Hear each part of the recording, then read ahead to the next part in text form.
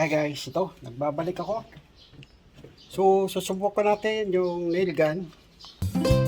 Itingnan natin kung anong matibay, kung nail gun ba o yung tox natin na nilalagay. So, ito.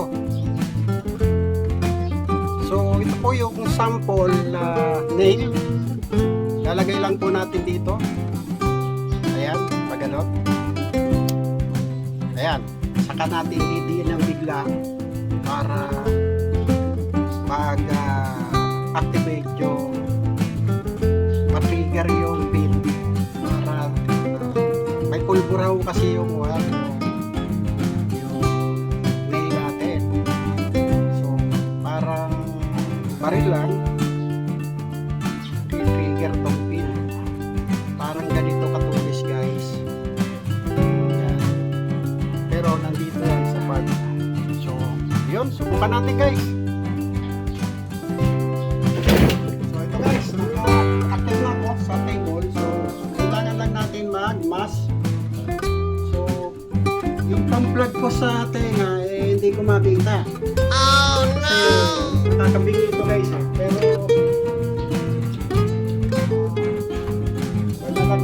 ilagay natin guys.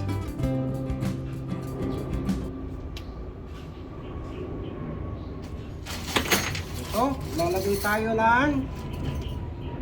Tignan natin kung kaya lang. Open lang.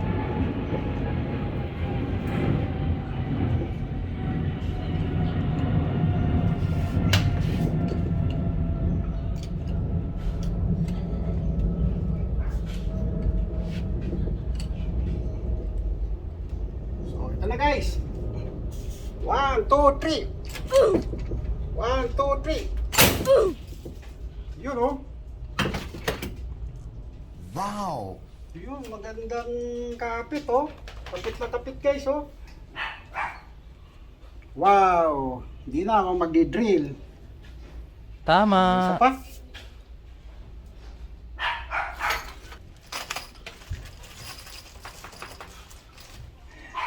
Nakakapingi yung putok. Pero okay lang. Kailangan guys may mas tayo para hindi tayo mapuwing. Tama. For your safety na rin. Baka tumilamsik yung mga bagay-bagay ba. Eh makuha tayo sa mata, mapuwing. So yun. So ito naman guys yung isa. Kailangan matiin guys yung pwersa natin. 1, 2, 3.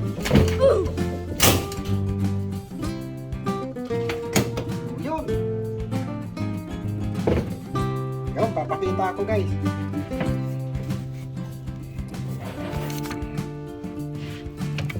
So, yun na guys oh.